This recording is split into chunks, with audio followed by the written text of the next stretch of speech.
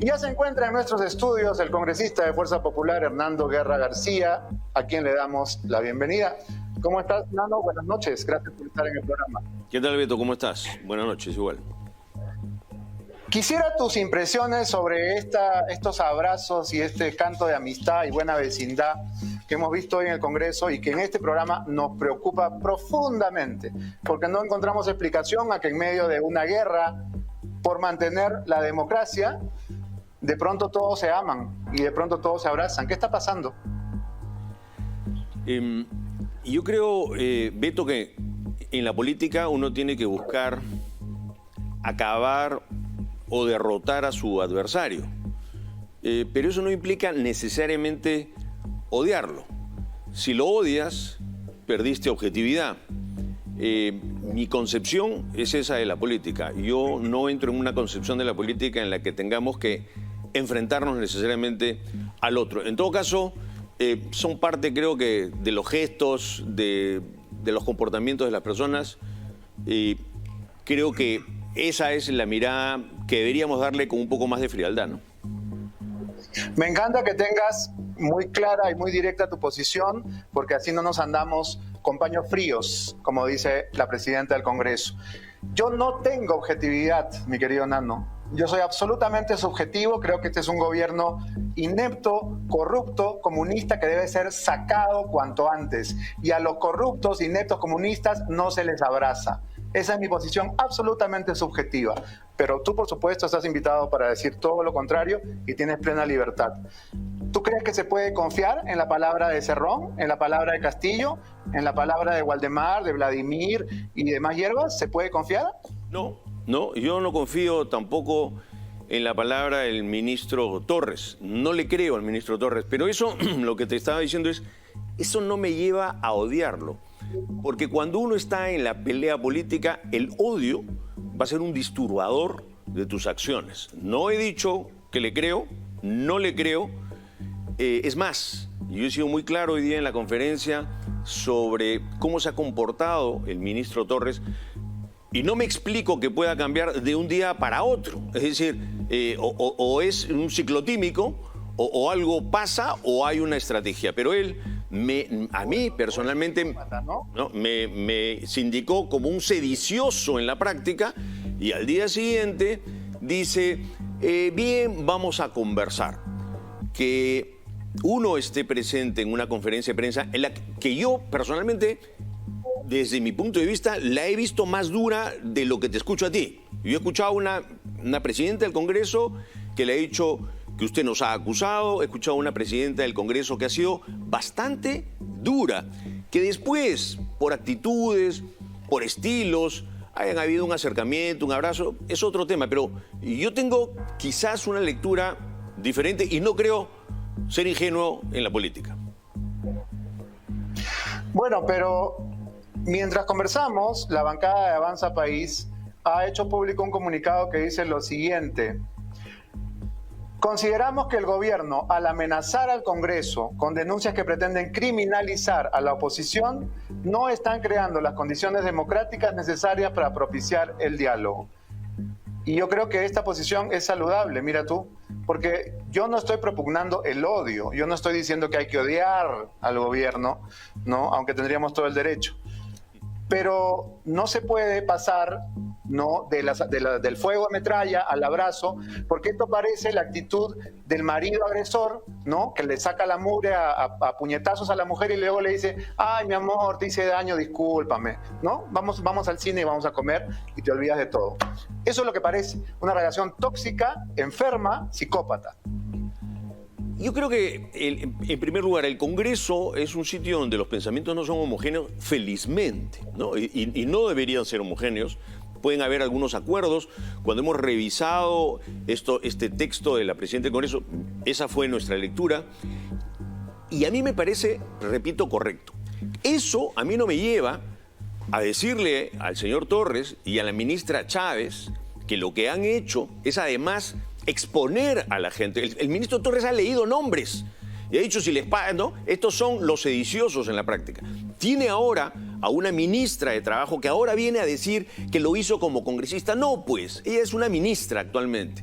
Y como congresista, si encima hace una denuncia y no se la dice a su jefe, es una grave responsabilidad. Que después salga a decir, estoy hablando con mi mamá, es porque quizás no sabe lo que hizo o se arrepiente de lo que hizo. Y tenemos un gabinete que tiene que dar explicaciones también por el ministro de Salud, vendedor de agua racionada.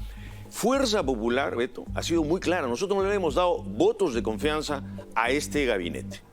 A estos gabinetes, perdón, ¿no? A los anteriores. Pero hace un rato escuchamos a López Aliaga insistir y ser firme en que Castillo debe irse. ¿Cuál es la posición de Fuerza Popular? ¿Castillo debe irse o de repente ya no?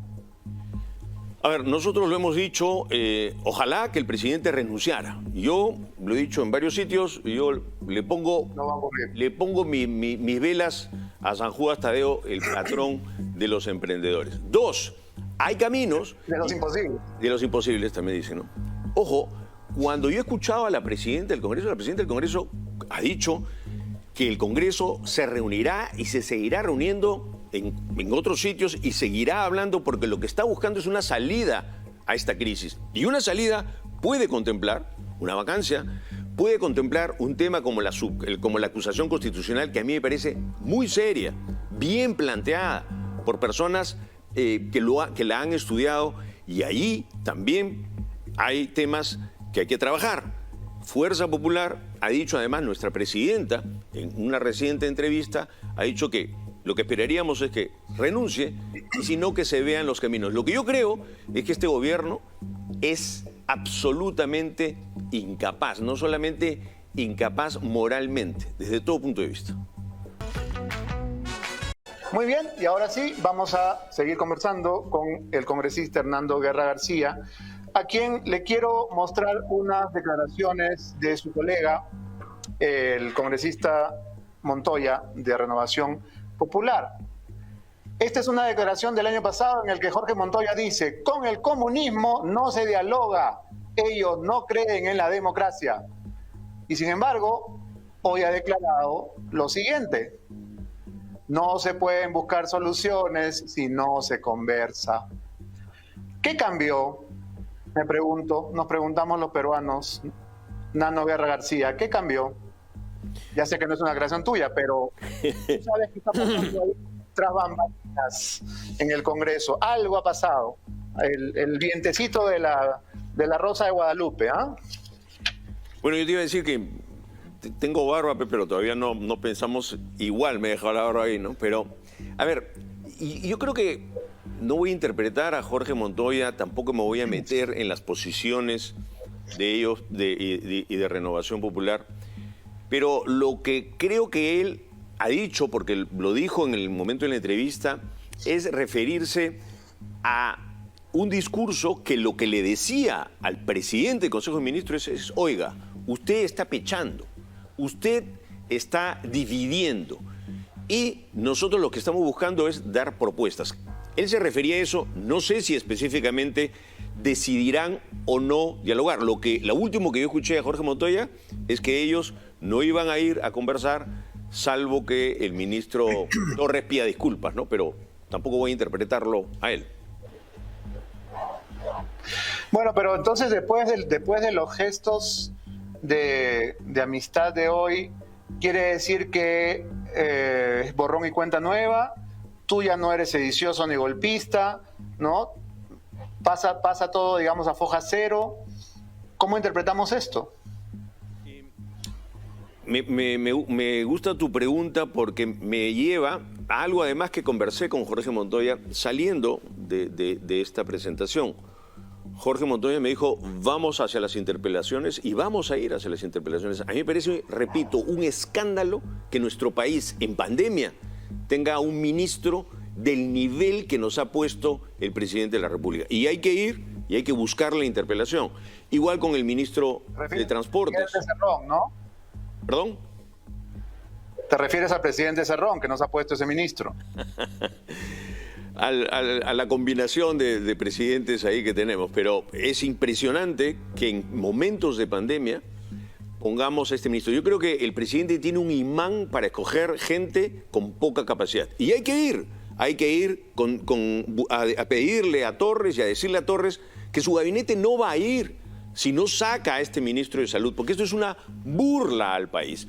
Una cosa es que uno en un Congreso diga, hablo, escucho, puedo hacer propuestas, y otra cosa es que acepte criminalizaciones, con lo cual estoy de acuerdo con lo señalado por la bancada de Avanza País, y otra cosa es que aceptemos también no solamente mediocridades, sino ministros que significan una afrenta a todos aquellos que perdimos a nuestros familiares en esta pandemia.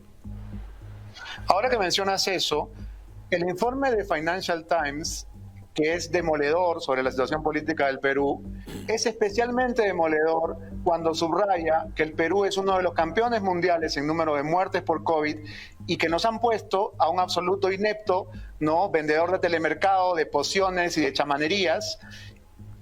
Y esto no parece grave aquí. Es decir, bueno, pero ¿por qué se mete un diario inglés? No.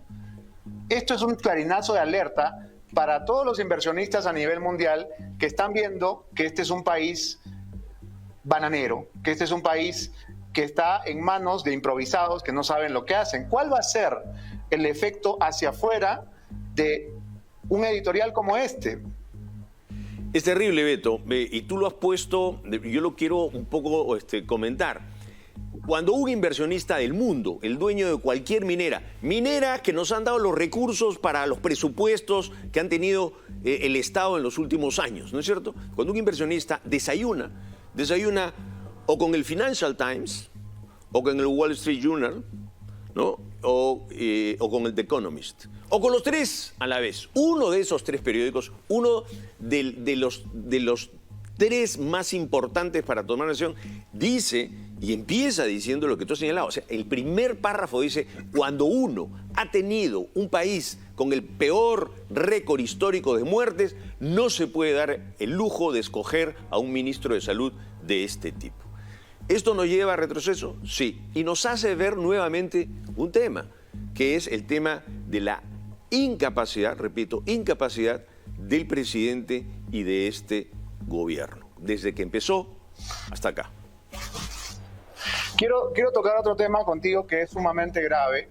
Ya todos sabemos que Aníbal Torres, siendo ministro de Justicia, descabezó al procurador que tuvo la osadía de tratar de investigar a Pedro Castillo.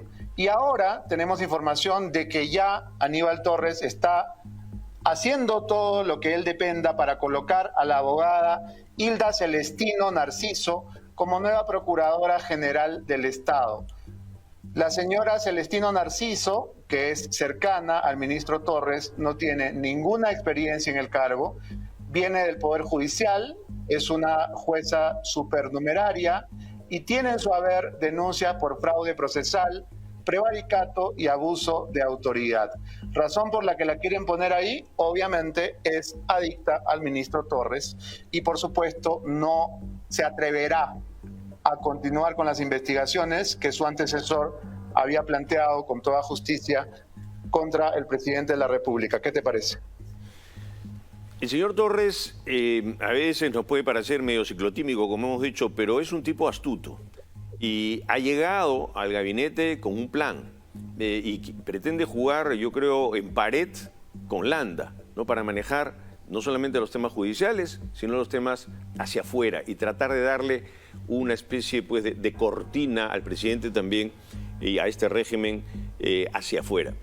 Yo no sé si se aplicará en este caso, pero quiero mencionar una norma que ha sacado este Congreso que impide que gente sin experiencia pueda entrar en cargos de este tipo. Y este Congreso, que puede haber hecho cosas muy malas, que a ti te causa sospecha en algunos momentos como este, es un Congreso que también ha hecho otras cosas, Beto, y es la institución que nos queda de la democracia. Y es la primera institución que se bajan los dictadores, los congresos, los parlamentos. Le hemos dado el Banco Central de Reserva a nuestro país, hemos detenido el tema del referéndum, hemos detenido el tema de las confianzas, trabajando ordenadamente, sin complotar. Y si alguno dice que eso es complot, que lo diga. A mí personalmente no me preocupa. Y si Betsy Chávez quiere continuar como ministra con su acusación, ahí estaremos, ¿no? De nuestro lado y de Fuerza Popular no tendremos ningún temor en denunciar esos temas.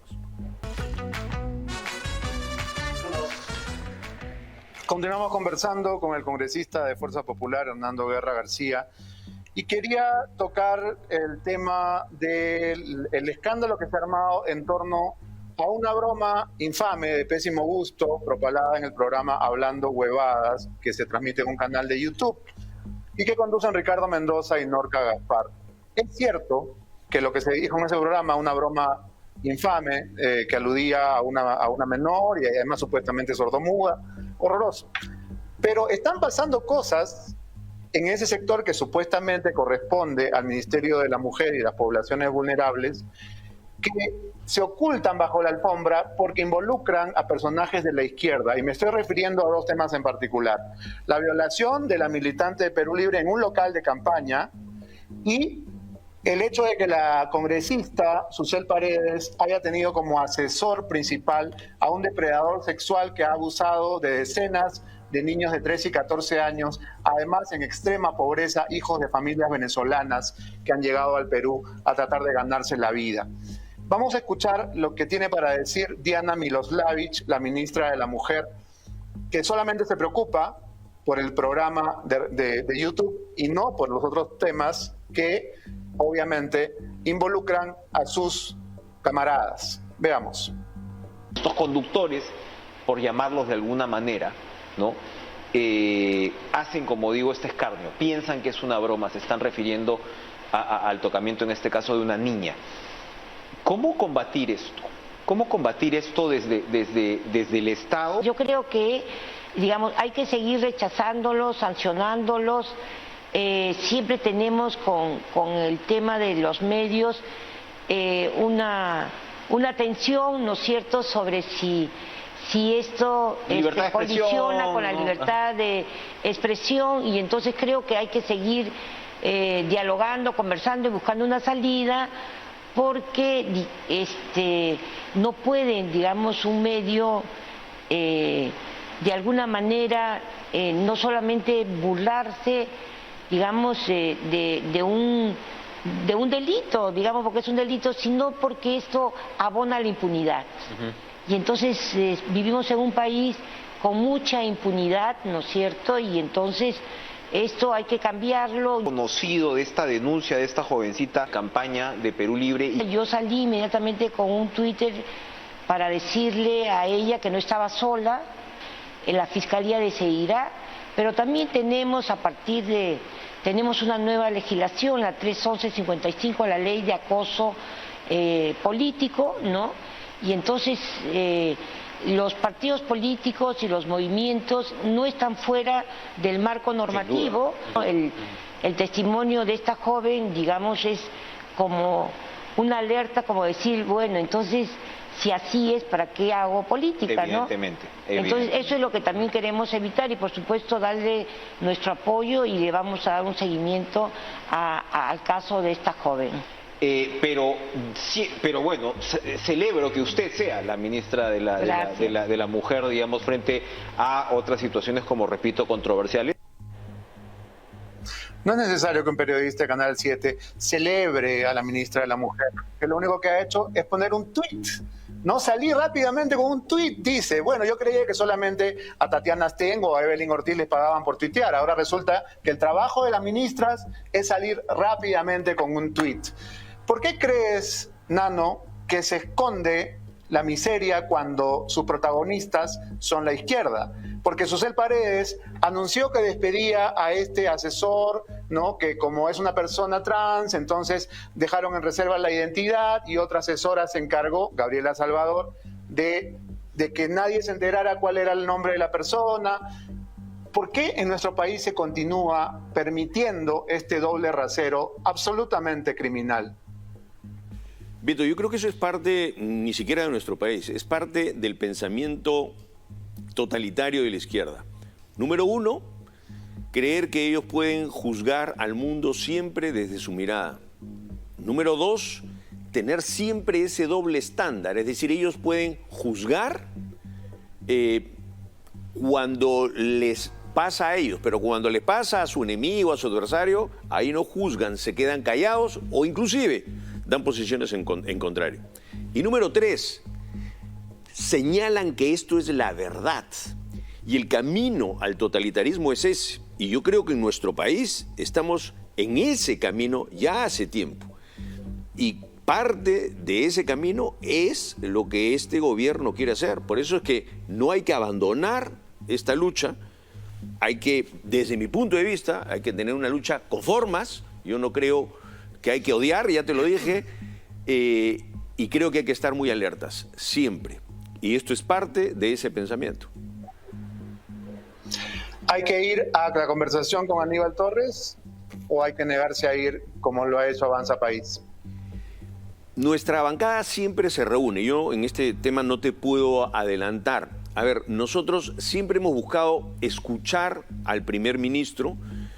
Hicimos una excepción con Valer, que fue una mala broma en realidad, pero hemos tratado de mantener ese espíritu. No es el caso de otras organizaciones que dicen no hay que hablar. Pero debo escuchar a mi bancada y en todo caso queremos ver qué pasa, qué más dice Torres y quisiéramos preguntarle algunos temas. Pero esto es una decisión, te digo, de nuestra bancada. No vamos a ir a conversar con él, no vamos a visitarlo en la PCM. Si él quiere venir, que venga a nuestra bancada en el Congreso, que es el primer poder del Estado. Creo muy difícil que se le dé la confianza a este gabinete. Y yo creo, no me quiero adelantar, pero creo que Fuerza Popular no le va a dar la confianza al gabinete, pero esperaré la decisión de mi bancada democráticamente. Muy bien, Hernando, muchas gracias por haber estado con nosotros esta noche. Gracias, Beto.